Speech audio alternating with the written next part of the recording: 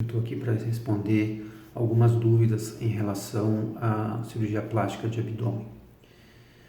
Bom, a cirurgia plástica de abdômen ela é ótima para tratar flacidez de pele e de musculatura da parede abdominal e também para remover o excesso de gordura na região abdominal, de flancos e também na região de dorsos, porque a gente associa muitas vezes a lipoaspiração ou a vibrolipoaspiração à plástica de abdômen.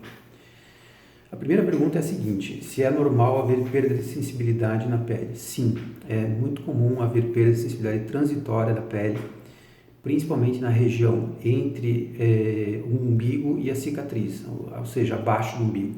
Essa perda é transitória, ela não é um problema, as pacientes raramente se queixam disso ou raramente referem que deixariam de ter feito essa cirurgia por causa dessa situação.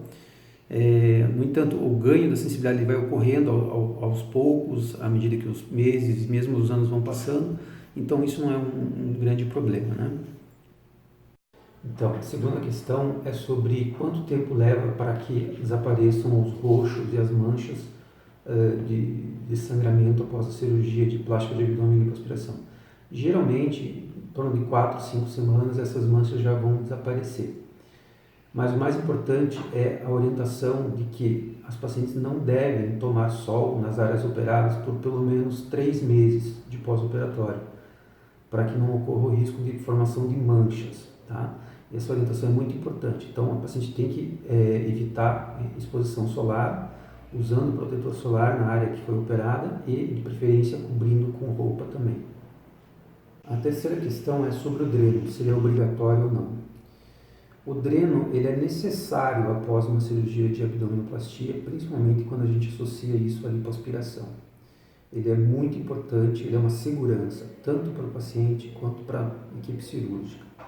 Geralmente a gente tenta deixar o dreno por apenas 24 horas. Né? Em alguns casos a gente acaba deixando o dreno por mais tempo, 72 horas. Mas, conforme eu disse, o dreno é uma necessidade, é uma segurança, certo? E as pacientes muitas vezes têm medo da retirada do dreno, de que vão sentir dor. Isso não ocorre, tá? É muito difícil que a paciente venha sentir dor pela retirada do dreno. A retirada do dreno, geralmente, na grande maioria dos casos, ela é indolor, não causa nenhuma dor para o paciente. A quarta pergunta é sobre tabagismo, né? Quanto tempo a paciente tem que parar de fumar antes de se submeter à cirurgia de plástica de abdômen e lipoaspiração? Bem, a situação ideal é que a paciente não seja fumante, né? Caso ela seja fumante, o ideal é que ela pare de fumar pelo menos 3 meses antes da cirurgia, tá? Esse tempo é necessário para diminuir o risco de complicações. E quais seriam as complicações? Principalmente as complicações de necrose e de atraso de cicatrização de ferida, né? Essa paciente que é fumante, ela tem que ser muito bem orientada, tem que ser muito bem conduzida e tem que saber que pode ser necessário terapias adicionais após a cirurgia, como oxigenoterapia hiperbárica, para evitar possíveis necroses. A quinta questão é sobre diabetes e pressão alta. Pacientes com diabetes e pressão alta podem se submeter à plástica de abdômen? Sim, desde que estejam controladas, desde que a pressão alta, a hipertensão esteja em tratamento e esteja controlada, e desde que a diabetes esteja em tratamento e esteja controlada.